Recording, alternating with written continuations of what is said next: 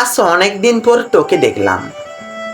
কলেজের প্রথম পরীক্ষা, কিন্তু আমার চোখের পরীক্ষা শুরু হয়েছিল তার আগেই। বুকটা ধক ধক করছিল, হাত পা যেন জমে গিয়েছিল। জানি না কি বলবো, কি করব, শুধু তাকিয়েছিলাম।